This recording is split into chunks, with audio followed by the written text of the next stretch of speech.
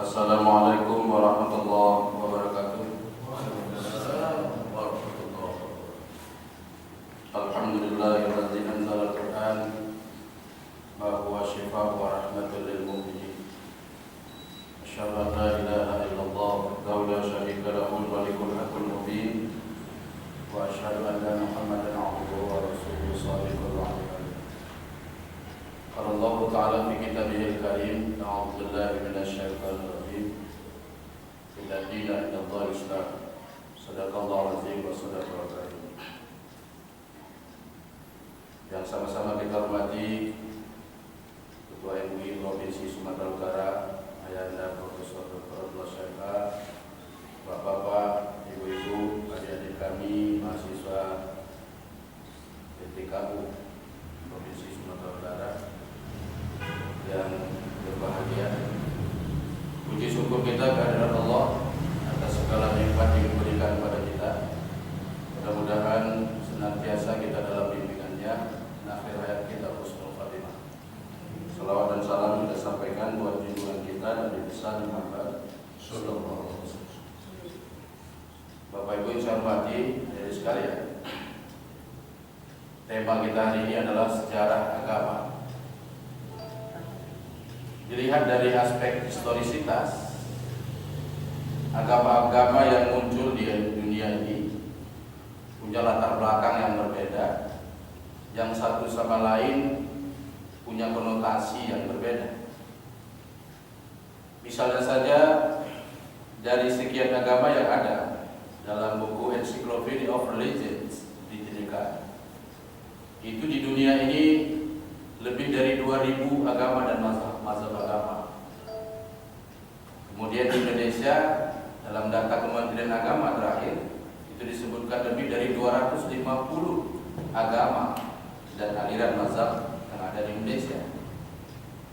Diperkecil lagi yang dilayani 6, yaitu Islam, Katolik, Protestan, Buddha, Hindu, dan terakhir Konghucu.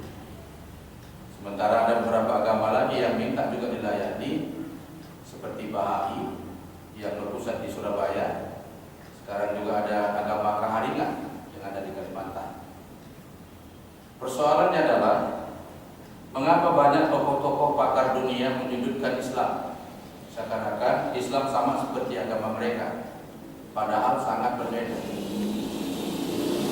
Kita ambil contoh Kristen itu yang memberi nama Kristen itu bukanlah Tuhannya, karena di dalam kitab Bible tidak ditemukan kalimat agama Kristen. Kapan ditemukan kalimat agama Kristen itu? Ditemukan waktu Konsili Nikea 325 di Konstantinopel.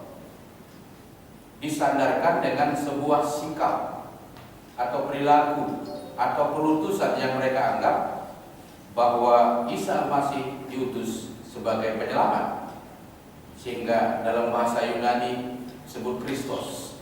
Orang yang beriman kepada Isa Al-Masih, mati di tiang salib dan penyelamat, itulah Kristen. Berarti agama mereka disandarkan kepada tokohnya, orang. Begitu juga Buddha.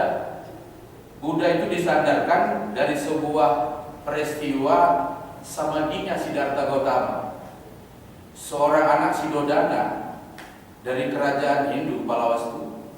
Dia keluar dari rumah, lalu dia bersemedi di bawah pohon Bodhi. Dalam banyak kitab Tripitaka disebutkan ada yang 6 tahun dia tidak makan, lalu siap itu mendapat pencerahan. Lalu dia berpidato di kota Merares. Dia membawa agama Buddha, artinya Buddhis, pencerahan di bawah pohon Bodhi. Agama ini juga disandarkan pada satu pohon, nama itu.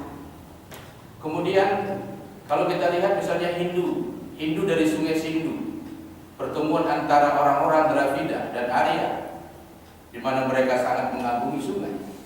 Lalu mereka membuat satu kelompok komunitas abad ke-5 sebelum Masehi, disebutlah dengan Hindu.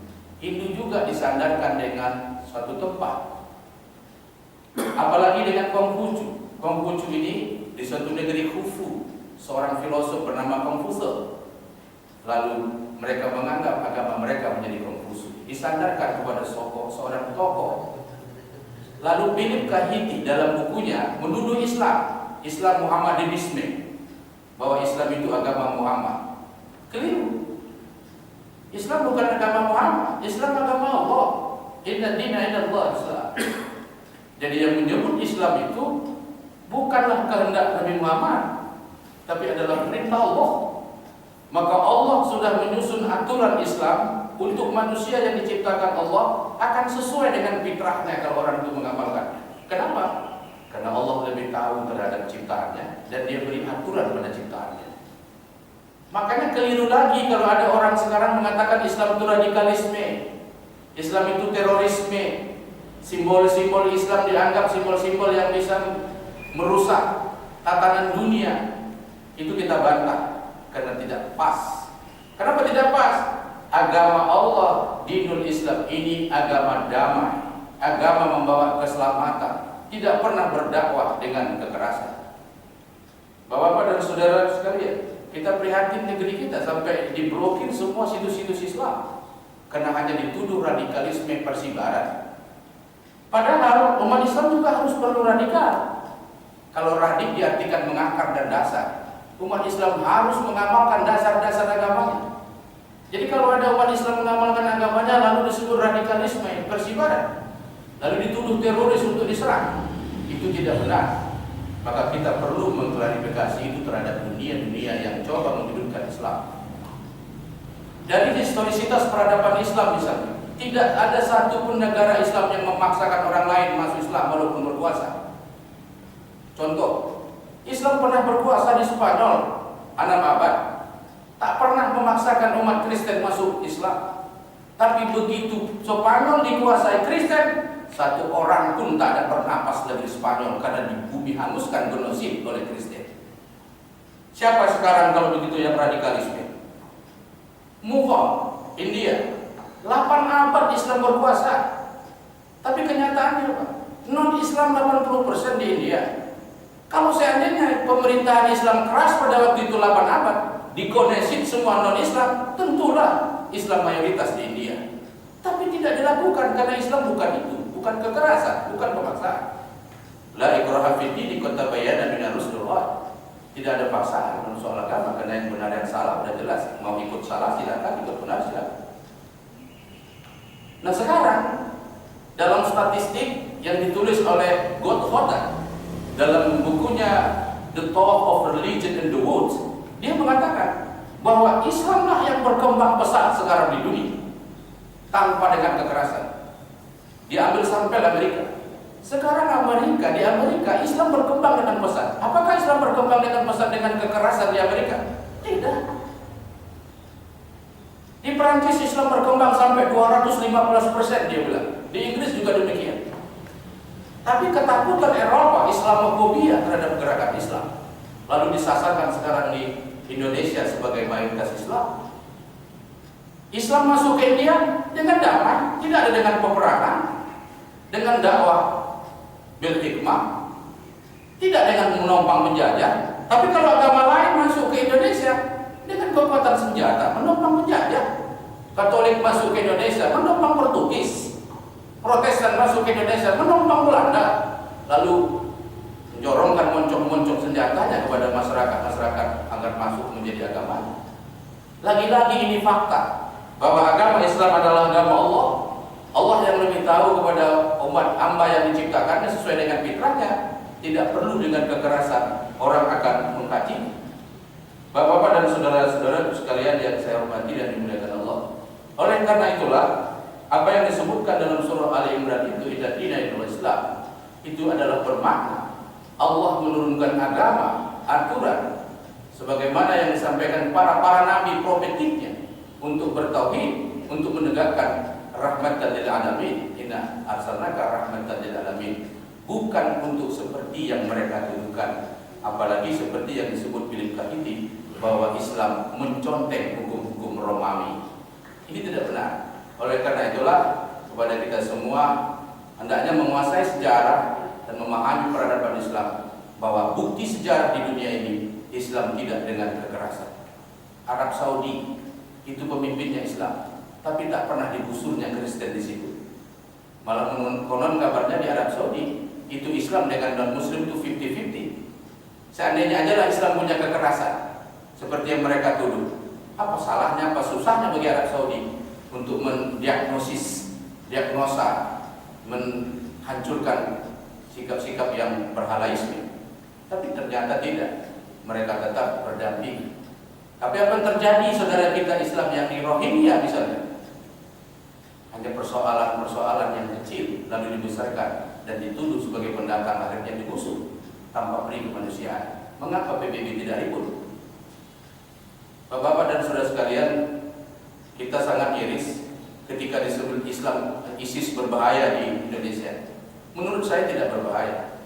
Yang berbahaya itu separatis Irian Jaya, separatis Maluku, yang itu akan minta merdeka dari Indonesia. ISIS belum ada apa-apa di Indonesia dan tidak berbuat apa-apa. Tapi karena ada Islamnya, lalu itu dikonspirasikan sebagai sebuah teroris. Tapi kalau yang tak ada Islamnya, hancur pun wilayah itu tak dianggap sebagai sebuah separatis. Hampir tiap minggu di Irian Jaya tentara kita ditembak kok. Naik bendera RMS di Maluku kok. Kenapa negara tidak bicara itu? Tapi karena bukan Islam yang buat itu.